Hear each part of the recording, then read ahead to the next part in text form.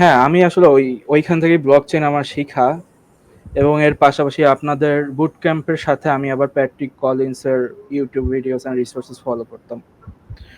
So দেখা গেল যে এই কোর্স শেষ না হতে না হতেই তো নন একাডেমি থেকে আমাকে রেফার করে দেওয়া হয়েছিল ইন্টারভিউর জন্য। তো এখানে ইন্টারভিউ দেওয়ার পর আমার হয়ে যায় আর কি, এবং লাইক উইদিন 1 উইক আমি জয়েন করি এবং কাজ করা শুরু করি।